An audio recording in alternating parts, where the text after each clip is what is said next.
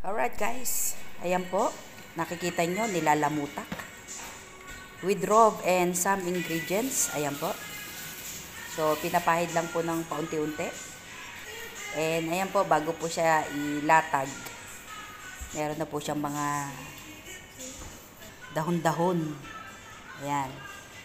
Then kung may masasobra po na mga kagaya niya sa roe na ingredients, ayan po, mga dinadagdag din po sa kanya. Ayan, panoodin nyo guys. Asin. And olive oil guys. Much better. Para hindi po siya magdikit. Yummy! Ayan, takloban na po natin. Sige, at dalahin po natin sa kanyang huling hantungan. Ayan, buksan. Ikikremate na siya, guys. May mga apoy na sa loob yan. Ayan, nakita nyo naman ang cremation niya. Ayan, guys. Maya-maya lamang po, mga after 2 hours or 1.5.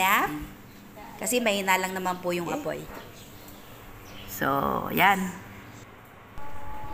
And, ayan po, nung chinek natin, okay na siya, di ba?